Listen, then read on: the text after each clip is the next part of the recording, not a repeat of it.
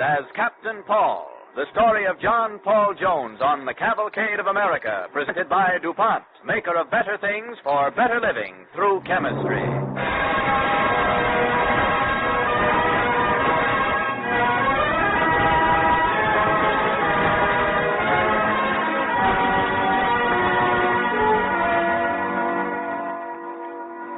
Good evening, ladies and gentlemen. This is Clayton Collier.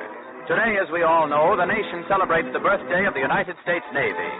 166 years ago, in the year 1775, the Continental Congress voted funds for 2 ships and took the first step towards establishing American naval power. Thus began the illustrious tradition of heroic deeds and heroic men, the United States Navy.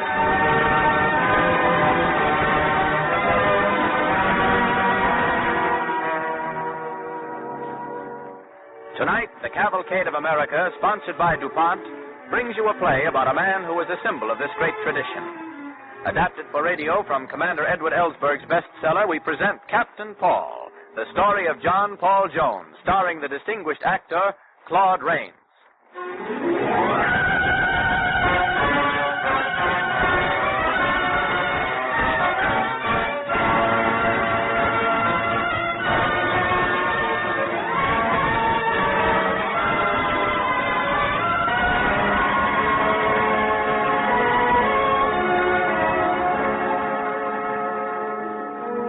The year 1775, in a great hallway of an old mansion in His Majesty's colony of Virginia.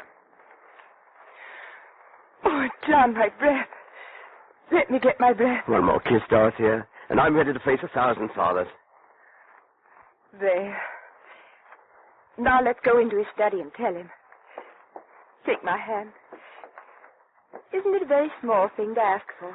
Yes, the world. And you're mine, John. Now then. Ready? Let's get it over with. Father?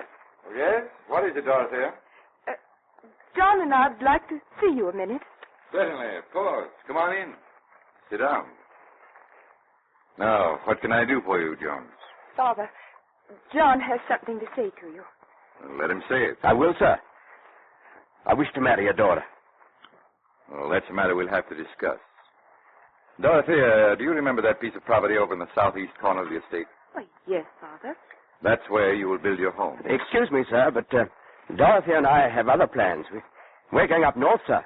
I hope to get a ship and go to sea. Well, I was under the impression you wanted to get married. And that means settling down, unless I'm mistaken. My daughter is going to marry a gentleman, sir. Look out that window, Jones. You see a lot of pretty fine property, don't you? That's all going to be my daughter's someday. Her husband will have to accept that responsibility. I have no interest in becoming a landowner, sir. My career is on the sea. Well, then you and I are wasting time here. I hope to prove you wrong, sir. But with the revolution coming, there's more important work for me to do than managing a farm. Maybe you haven't heard about it, sir, but there's going to be a new America soon. Rot. Do you think that all Virginians are excited about what they're doing in Rhode Island or Massachusetts these days? But I'm trying to tell you that America is going to be free, sir. That there's going to be a war. That we have an army, that we're starting a navy, and I'm going to help establish it, and that Dorothea and I are leaving here tomorrow. You're wrong. You, sir, are leaving now, right now. My daughter's not going to throw her life away on a hot-headed fool with a toy boat. Father. Good day, Mr. Jones. I'm very busy. Come along, Dorothea. Darling, I'm going now, but I'll come back to you someday. He'll see it our way then. Will you wait for me, Dorothea? Oh, I'll wait, John. I'll wait.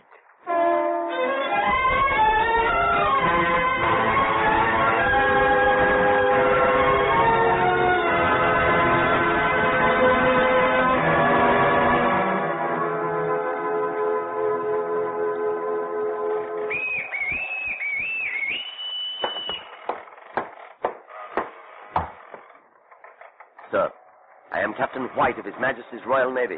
Captain Jones of the Continental Navy. I congratulate you on your victory, sir. My thoughts. Thank you, Captain. The American Navy is so young and impoverished, you could probably use it. But you better keep it. Thank you, sir. I'd like to ask you a question or two. Certainly. Where was your ship bound, sir?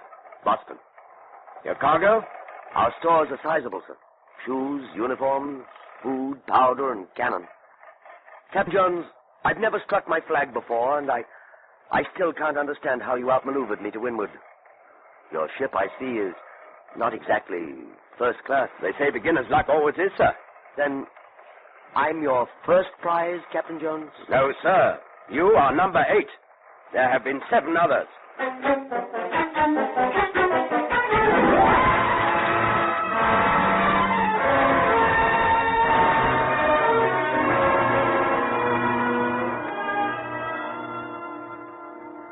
Captain Jones reporting to Commodore Hopkins. Captain Jones, I'm glad to see you back in Newport. Is the ship all right? Sir, I have the honor to report to you that in 6 weeks at sea, we captured 8 enemy vessels.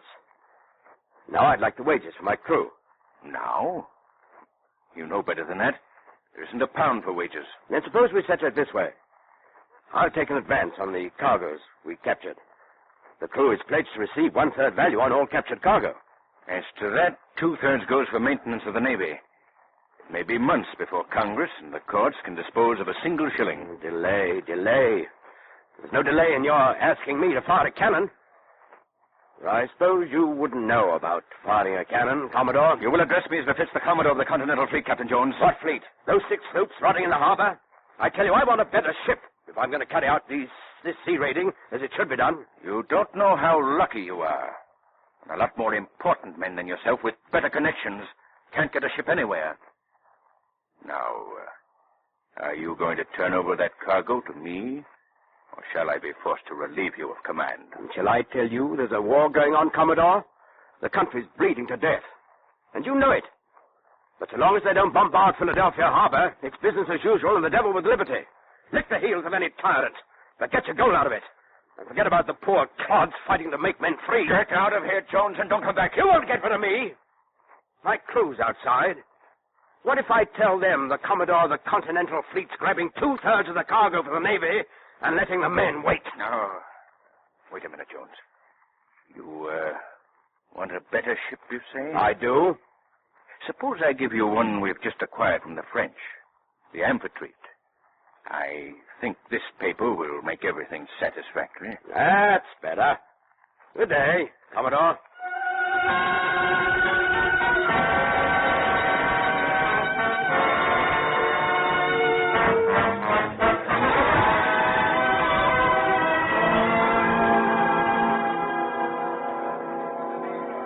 Morning, Captain. The Navy has commissioned me to take over the Amphitrite. Here are my papers. Yes, I see. Speed is all I ever laid eyes on, sir. I'll be off at once. Along with raiding, I'm to be head for Paris. Dr. Franklin must be given news of Burgoyne's surrender at Saratoga. Good. I'm sailing the ship to France next week. I'm sure you'll enjoy being a passenger. You'd better look at that paper again, Captain.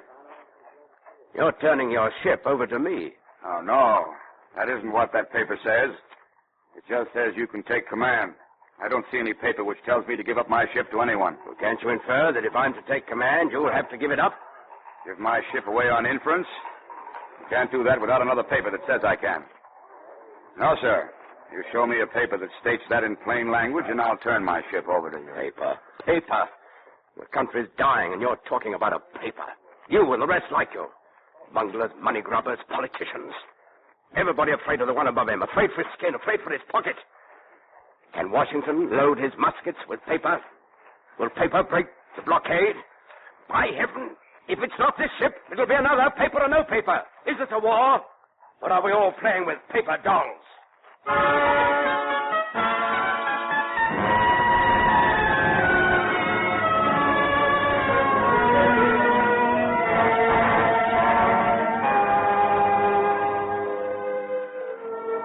You are listening to the Cavalcade of America, starring Claude Rains in Captain Paul, brought to you by DuPont, maker of better things for better living through chemistry. As our play continues, we find John Paul Jones calling on Dr. Benjamin Franklin, the American envoy in Paris. And the news is, Dr. Franklin, General Burgoyne surrendered his entire army at Saratoga. Wonderful. Wonderful. Now the French will join us for sure. Good news indeed, my boy, good news. And now, tell me your plans. Dr. Franklin, I think you realize now we'll be able to finish the war quickly. I'm sure you see the need for American naval power to do it. The fact is, if I had command of a squadron... A squadron would be very nice, Captain Jones. But no doubt you heard of politicians. To my sorrow. Who hasn't? If you were a politician, you might have inferred from my reaction to your request that... Well, the point is you've been relieved of your command of your own ship. What? Jones, there's an old saying. Bad news runs swiftly. Apparently it outran your ship this voyage. You see, your first lieutenant, Mr. Simpson, is something of a politician.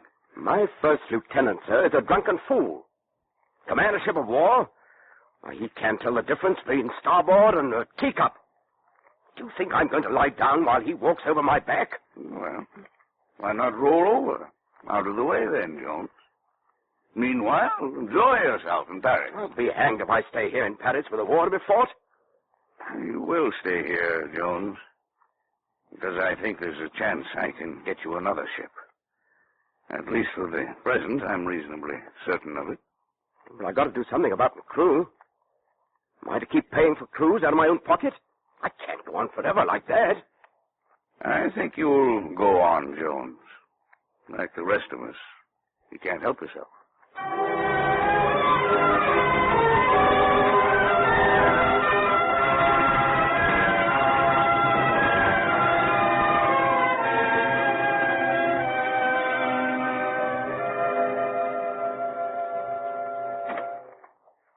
Dr. Franklin, I have gone on.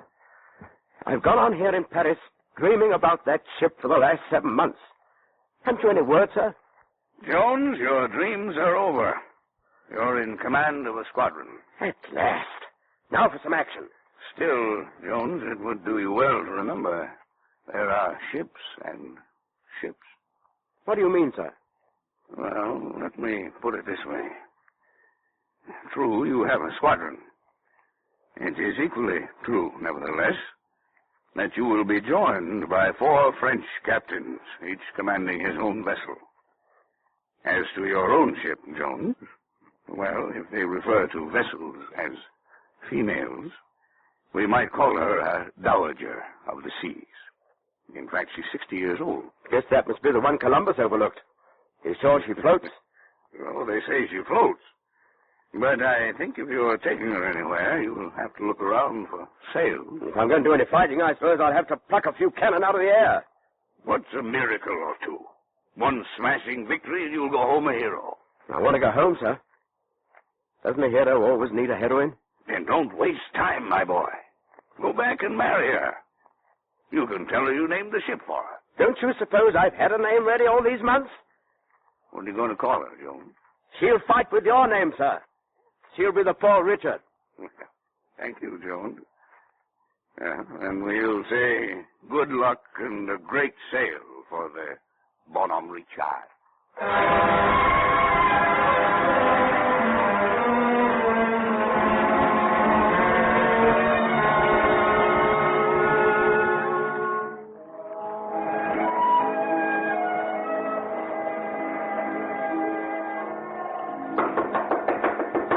Come. Man of war off the port bow, sir. Up we go, Mr. Stacy. Right, sir. How big is she? You'll see better through your glass, sir. There she rides around the circle of the land. Hey, she's a big lady, Jack. I see right. Why, she's the flagship of the British Baltic Fleet. Look, our squadron's running away. They're turning to the wind. Let the French go, the yellow dogs. That warship's too big for us. Nothing's too big for us today. Mr. Jackson, up with the gun ports. Up with the gun ports. Beat to quarters, Mr. Stacy. Beat to quarters. Clear the deck. Mr. Carroll, take electric. Hold on the light boom, Anderson. Right, the boys. Lay the boarding deck. Hard the trip, lads.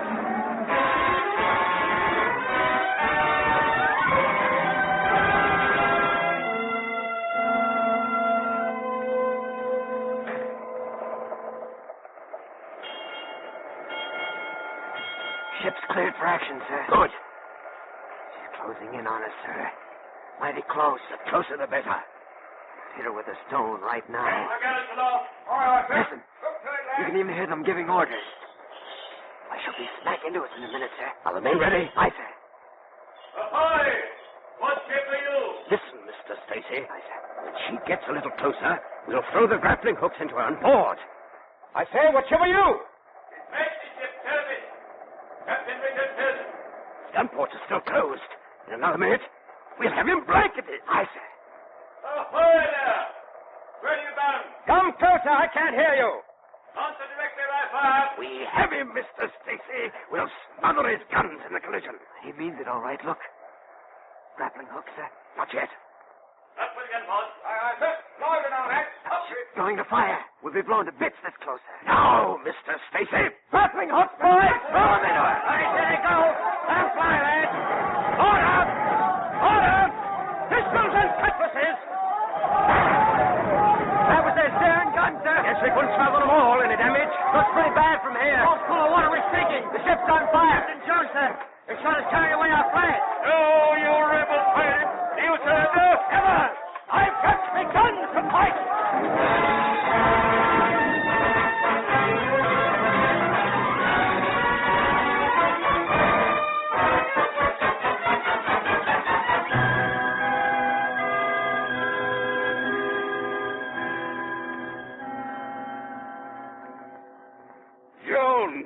Jones, you must have been a wizard.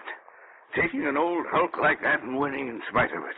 A great victory, my boy. That old hulk, as you call it, Dr. Franklin, how could she fail when she bears your name? Well, you see, Paris has turned out in your honor, and that's fine. You deserve everything. So don't delay. Go home and triumph. I dare say your friends will be delighted.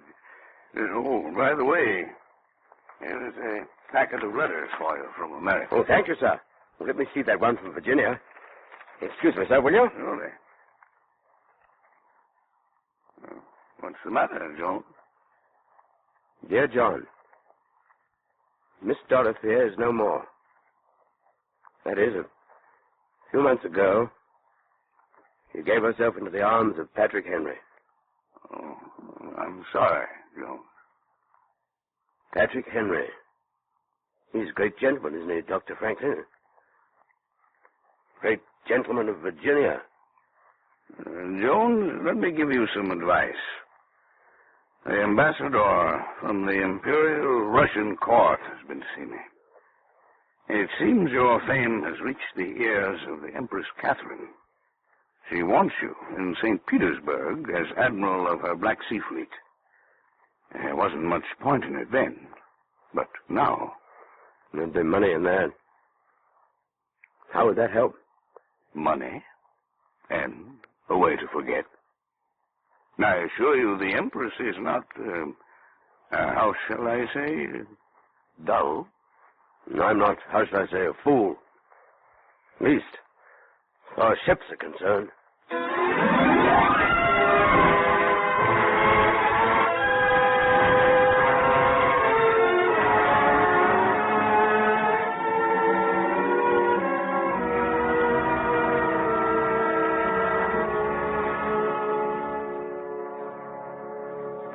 These are my private apartments. As you well know, Admiral Jones. Now, when will you American louts learn some manners? Softly, my lady, softly. Now, what have I done? Why do you suppose I brought you in here? I do not propose to be shouted at before my ministers like a common scullery maid. It was a mistake to bring up the subject of finances. I lost my head for a minute. Let's forget all about it. Shall we? So, I forgive you. John Paul, hasn't Russia taught you anything? Many things, my lady. And, after all, haven't I taught Russia something? Yes. We owe so much to each other, John Paul. It's just that I've been worried lately, but perhaps I need a rest. There's nothing to worry about, nothing at all. Why do you worry, John Paul? Haven't I made you an admiral of the Russian fleet? And Hasn't Russia repaid you well this month? Is that not so? Oh, Your Imperial Majesty, I want what is due me. I want that and nothing else. So, now you listen to me, my little admiral. Catherine has never been accustomed to treating her favorites like servants. They've all had my friendship, my protection. You are going to be a despicable exception. Admiral of my fleet, are you? Yes. You will continue as admiral. But you won't even have a barge, a common barge to command. You will not die in action, but of inaction, I promise you. Now go. I leave tomorrow. That gives you time to get the money ready. You have no tomorrow in Russia, Mr. Jones. You leave St. Petersburg tonight. Go back to your America to work if you dare. That lovely, free country you've done so much for. But not with my money. You will never have power again. Not as long as I am Empress of all the Russias.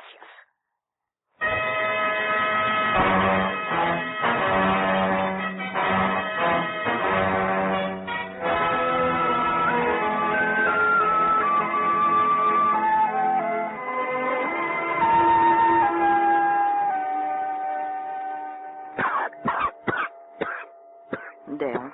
Now try to rest, Monsieur Jones. You are tired. Did you find a doctor? I've tried all over Paris. But the doctors, they will not come while there is rioting in the street. Why should they come? See me die. But, Monsieur Jones, have you no friend? No one to give you a... You mean, is there no one to bury me? I have no friends. But you've been very good and kind to me. I leave you nothing. Tell me, they're still fighting in the streets. Paris is reason, they say. Long live the revolution. But people are dying. We all die, old woman. Does it matter how? Those people out there, dying as I am, dreaming the same dream I did long ago. In America, freedom, the great ghost no man can shackle. I began my life in one revolution. I die in another.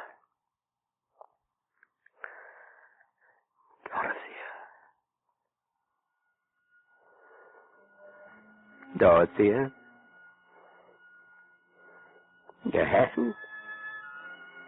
My darling? A very small thing. So was my life without it.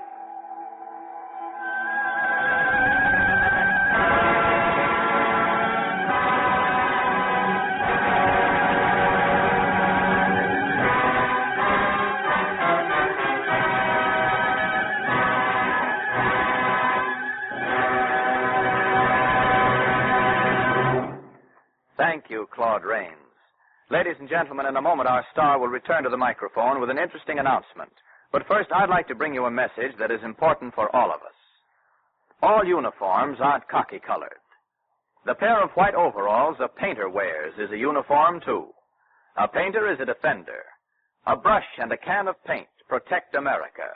Protect it today more than ever, because today we must keep our American industrial plants running at top efficiency.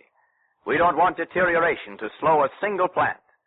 Paint is the protection against deterioration. Here again, we come upon the word that is so often used these days, conservation. With America all out for defense, every precaution must be taken against the rust and rot that represent the fifth column in industry, tearing down and destroying while industry builds. Here, paint tackles the job of conservation. Nor does that job end with mere surface protection of factory buildings. Paint on storage tanks protects against rust and also reduces losses by evaporation. The painted pipes in a modern manufacturing plant, bright red and blue and green, can be traced easily and repaired quickly in the event of a break. Paint in a contrasting color on the moving part of a lathe or a drill press warns the man at the machine against danger spots, preventing an injury that might invalid him out of the production line. On that other great production front, the farms that feed America, there too paint is at work, protecting, conserving, whether as white enamel on the inside of a milk house or as paint on a tractor that must work and stand out in the rain and sun.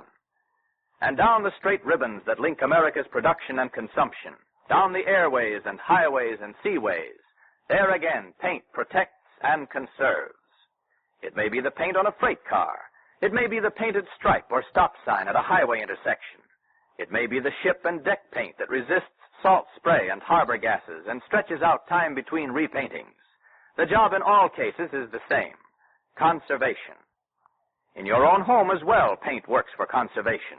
It protects wood and cuts your repair costs. A well-painted house costs less to heat, especially a house built of porous brick or stucco. And a room painted with light colors on the walls and ceiling can be lighted with fewer electric bulbs. No small matter in these times when every kilowatt of electric current should be saved. Linoleums, window screens, concrete floors, and front steps wear longer when they're protected by paints designed for the job. And it's worth remembering that when you paint now, you conserve valuable steel and wood. Paint is an important product of chemistry and DuPont. DuPont paints are scientifically made, designed in modern laboratories by skilled chemists. With their enduring colors and resistant protective films, DuPont paint products contribute once again better things for better living through chemistry. And now, ladies and gentlemen, we'd like you to meet our star, Claude Rains. Mr. Rains, we're glad to have you back again on Cavalcade. Well, Mr. Collier, I enjoyed the opportunity of being with you all again. And with the help of my old friends, the Cavalcade players, I hope that tonight's show, dedicated to a great man and a great tradition, has contributed something to the commemoration of Navy Day. We certainly trust you're right, Mr. Rains, and we'd like to congratulate you for your part in recalling to us the heroism of one of those men who made our Navy great. Thank you, Mr. Collier. Now I'd like to bring your radio audience that interesting announcement you spoke about. Before I left Hollywood to come here for the show, I saw a preview screening of the new Warner Brothers picture you're doing on Cavalcade next week. It's called 1 Foot in Heaven. One of the most delightful stories they've ever filmed in Hollywood. And in it, my good friend, Frederick March, turns in one of the greatest starting performances of his career. Thank you, Claude Rains.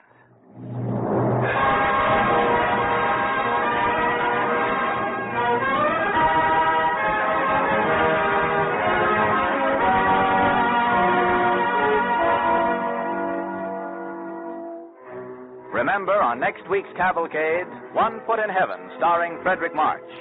Our play tonight was based on Captain Paul by Commander Edward Ellsberg, published by Dodd, Mead & Company, to whom Cavalcade gratefully acknowledges its obligation for new material.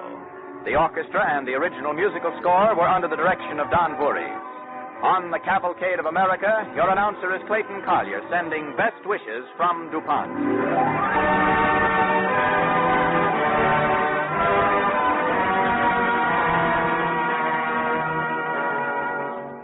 This is the Red Network of the National Broadcasting Company.